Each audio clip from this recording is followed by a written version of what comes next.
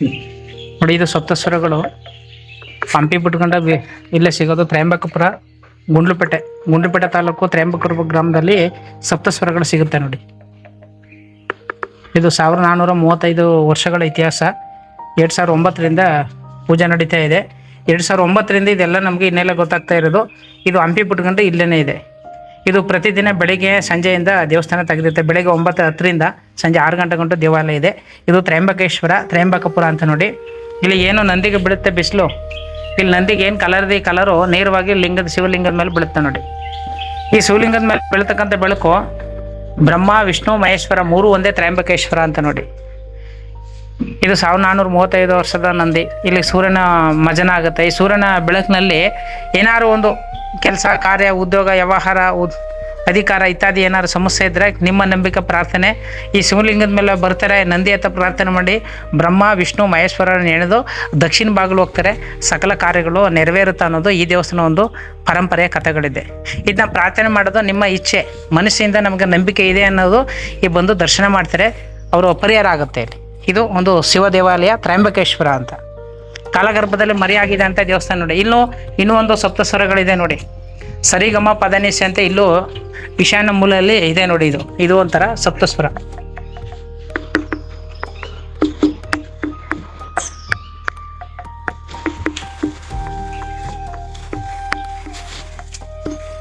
ಇದು ಕಾಣ್ತಾ ಇದೆ, ಅದು ದುರ್ಗಾ ಪರಮೇಶ್ವರಿ ಸಪ್ತಮಾತೃಕೆಯರು ಅಂತ.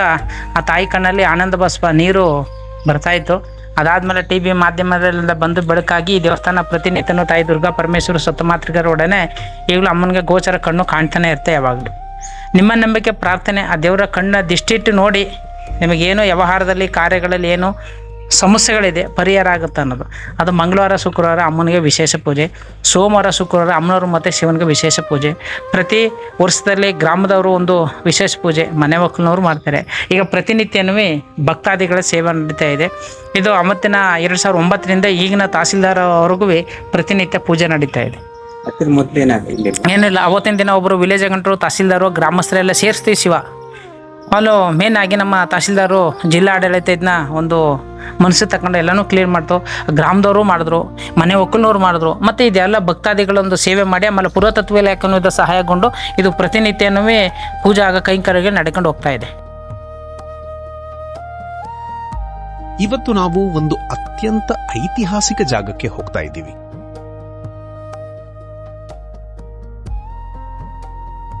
ಅದೇ ತ್ರಯಂಬಕಪುರದ ಶ್ರೀ ತ್ರಯಂಬಕೇಶ್ವರ ಸ್ವಾಮಿ ದೇವಸ್ಥಾನ. ಭವ್ಯವಾದ ರಾಜ ಇತಿಹಾಸ ಮತ್ತು ಬೆರಗುಗೊಳಿಸುವ ನಮ್ಮ ಪುರಾತನ ವಿಜ್ಞಾನದ ಒಂದು ಅದ್ಭುತ ಸಂಗಮ. ದೇವಸ್ಥಾನದ ಮುಖ್ಯ ದ್ವಾರ ದಾಟಿ ಒಳಗೆ ಕಾಲಿಡ್ತಿದ್ದಂತೆ ನಮ್ಮನ್ನ ಸ್ವಾಗತಿಸೋದು ಇಲ್ಲಿನ ನವರಂಗ ಮಂಟಪ. ಭವ್ಯವಾದ ಕಂಬಗಳು ಇಡೀ ಮಂಟಪಕ್ಕೆ ಒಂದು ರಾಜ ಗಾಂಭೀರ್ಯವನ್ನು ತಂದುಕೊಟ್ಟಿವೆ. ಇವು ಬರೀ ಕಂಬಗಳಲ್ಲ, ಒಂದೊಂದು ಕಂಬದ ಮೇಲೂ ಸೂಕ್ಷ್ಮವಾದ ಕೆತ್ತನೆಗಳು, ದೇವತೆಗಳ ಮತ್ತು ನರ್ತಕಿಯರ ಶಿಲ್ಪಗಳು ನಮ್ಮ ಇತಿಹಾಸದ ಕಲಾ ಶ್ರೀಮಂತಿಕೆಯನ್ನು ಸಾರುತ್ತವೆ.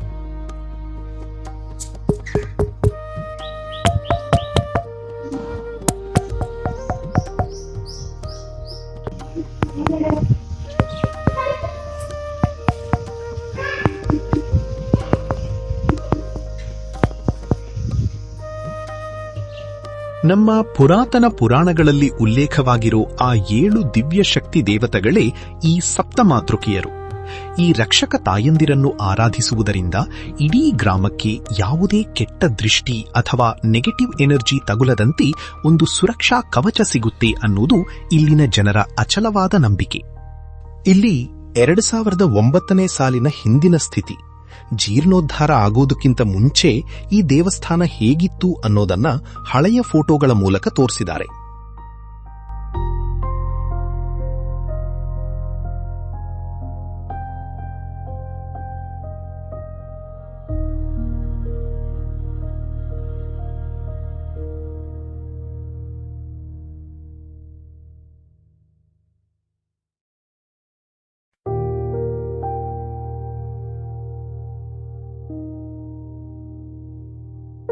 ಈ ಶ್ರೀ ತ್ರ್ಯಂಬಕೇಶ್ವರ ದೇವಸ್ಥಾನವು ಹೊಯ್ಸಳರ ಕಾಲದಲ್ಲೇ ನಿರ್ಮಾಣವಾಗಿರೋದು ಅಂತ ಇತಿಹಾಸ ಸಂಶೋಧನೆಯಿಂದ ದೃಢಪಟ್ಟಿದೆ.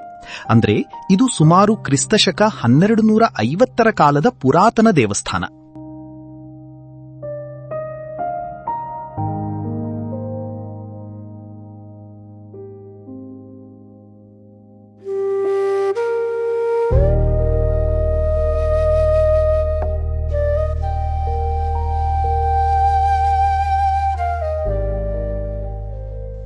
ಸೂರ್ಯನ ಕಿರಣಗಳು ಹೊರಗಿರುವ ಸುಂದರವಾಗಿ ಕೆತ್ತಲಾದ ನಂದಿಯ ಮೇಲೆ ನೇರವಾಗಿ ಬೀಳುತ್ತವೆ. ಆ ನಂದಿಯ ನಯಗೊಳಿಸಿದ ಕಲ್ಲಿನ ಮೇಲ್ಮೈಯಿಂದ ಪ್ರತಿಫಲಿಸುವ ಸೂರ್ಯನ ಬೆಳಕು ಕತ್ತಲಾದ ಕಾರಿಡಾರ್ ಮೂಲಕ ನೇರವಾಗಿ ಸಾಗಿ ಗರ್ಭಗುಡಿಯ ಕತ್ತಲನ್ನು ಸೀಳಿ ಅಲ್ಲಿರುವ ಶಿವಲಿಂಗವನ್ನು ಸಂಪೂರ್ಣವಾಗಿ ಬೆಳಗಿಸುತ್ತದೆ. ಇದು ಆಧ್ಯಾತ್ಮಿಕ ಸಂಕೇತ ಮತ್ತು ಸೌರ ವಿಜ್ಞಾನದ ಅತ್ಯದ್ಭುತ ಸಮ್ಮಿಲನವಾಗಿದೆ.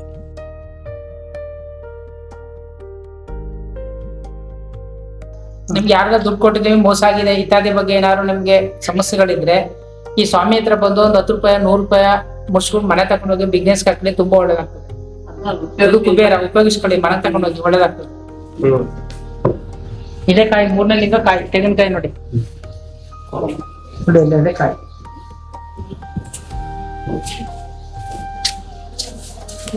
ಎಷ್ಟು 18 ವರ್ಷ 18 ವರ್ಷದಿಂದ ಕಾಯಿ ಕೊಡ್ತಿಲ್ಲ, ಕೆಟ್ಟಿಲ್ಲ, ಹಂಗೆ ಆಗಿ ನೋಡಿ.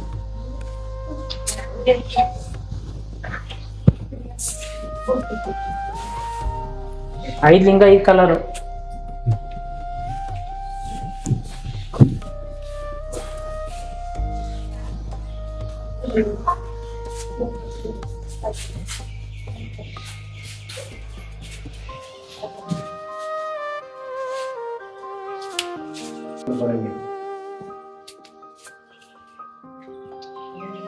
ಐದು ಲಿಂಗ ಈ ಕಲರ್ ಕೊಡ್ತಿಲ್ಲ, ಕೆಟ್ಟಿಲ್ಲ, ಹಂಗೆ ಇದೆ ನೋಡಿ.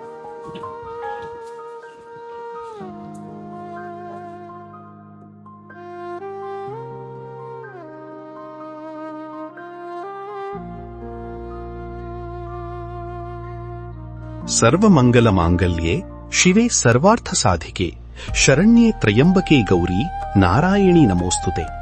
ಆದ್ರೆ ನಾವು ದಿನಾ ಪಠಿಸೋ ಈ ಶ್ಲೋಕಕ್ಕೂ ಈ ಪುರಾತನ ದೇವಸ್ಥಾನಕ್ಕೂ ಇರೋ ಆ ಒಂದು ರೋಮಾಂಚನಕಾರಿ ಕನೆಕ್ಷನ್ ನಿಮ್ಗೆ ಗೊತ್ತಾ? ಇಡೀ ಪ್ರಪಂಚದಲ್ಲಿ ಈ ಶ್ಲೋಕವನ್ನು ಎಲ್ಲೇ ಹೇಳಿದ್ರೂ ಆ ತ್ರಯಂಬಕೆ ಅನ್ನೋ ಹೆಸರಿನ ಸಾಕ್ಷಾತ್ ರೂಪವೇ ಈ ನಮ್ಮ ಶ್ರೀ ತ್ರಯಂಬಕೇಶ್ವರಿ ಅಮ್ಮನವರು.